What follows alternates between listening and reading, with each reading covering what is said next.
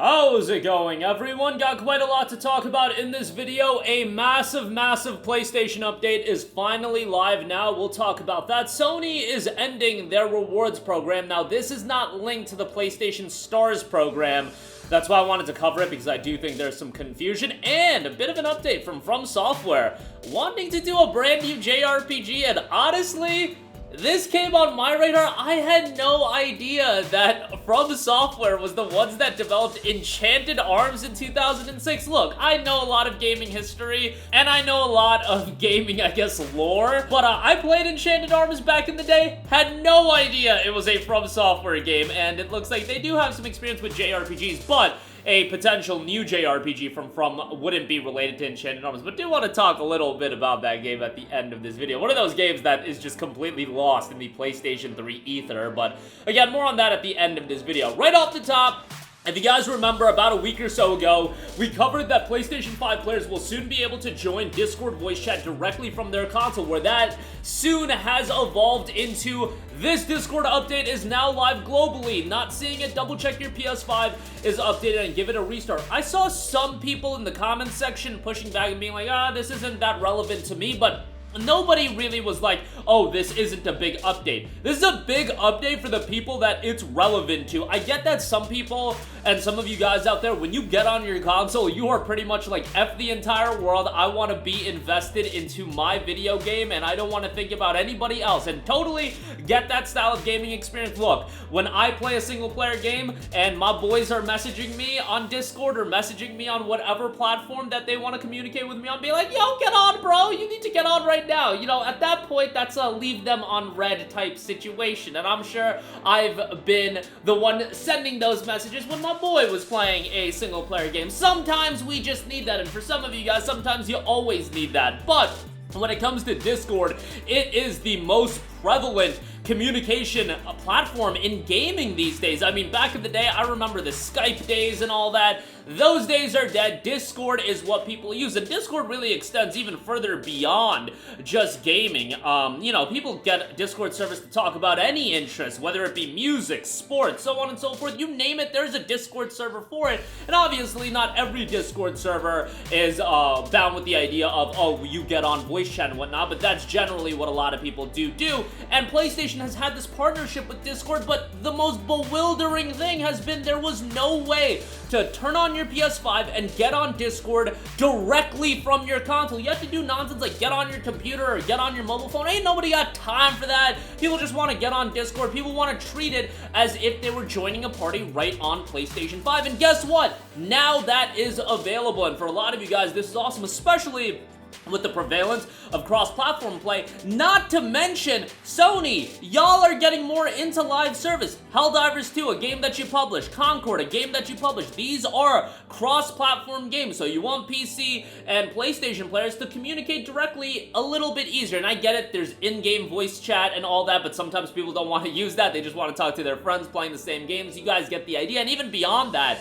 there are times, and generally what I do, if I want to be on a Discord call and play a single-player game, at that point, I only play single-player games that I've already beaten, and for whatever reason, I want to do a replay. Like, if I want to replay Red Dead Redemption 2, fine. I can replay Red Dead Redemption 2 and be on a Discord server and talk to my boys, because at that point, it's like, Red Dead 2 is a game I've beaten a billion times, and I don't need to completely be invested into the narrative and the sound design and the world design and everything like that. I can kind of mindlessly play Red Dead 2 at this point, but when it comes to a new game, yo, I gotta get off Discord. I gotta get off any kind of party chat.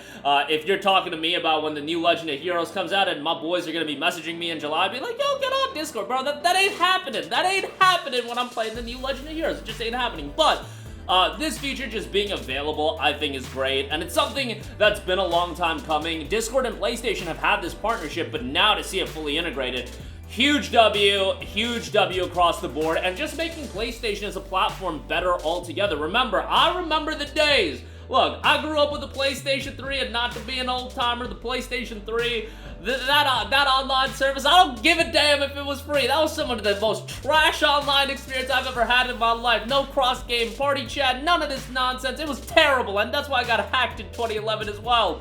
Now, you look at what the PS5 offers. Is it perfect? I don't think so, but do I think it's orders of magnitude better than what we had on the PlayStation 3? Oh, you're damn right, and that was 15 years ago, to be fair, but you get the idea. It does my heart joy to see PlayStation Network actually be a worthwhile service.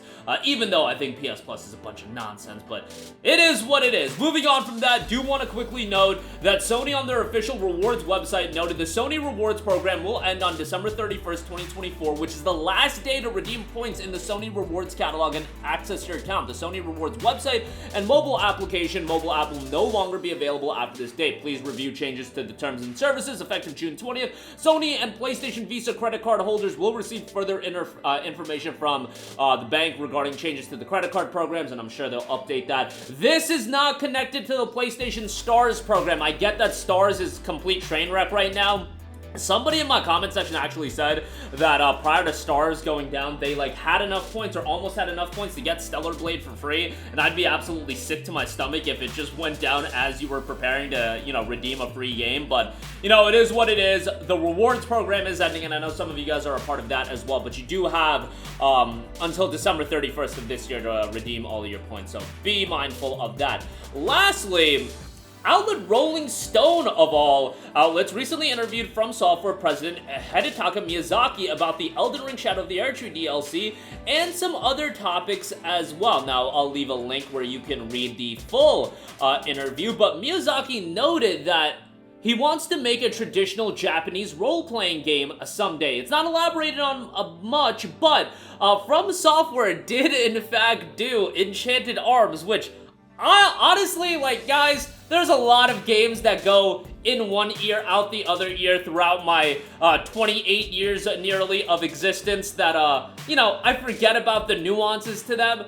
I played Enchanted Arms back in 2000, I want to say I picked it up in 2007 or 2008. I believe I played it on the PlayStation 3. And it is the most mid-JRPG that you could ever play. And that's my recollection of the game from damn near, you know, 15, 16 years ago.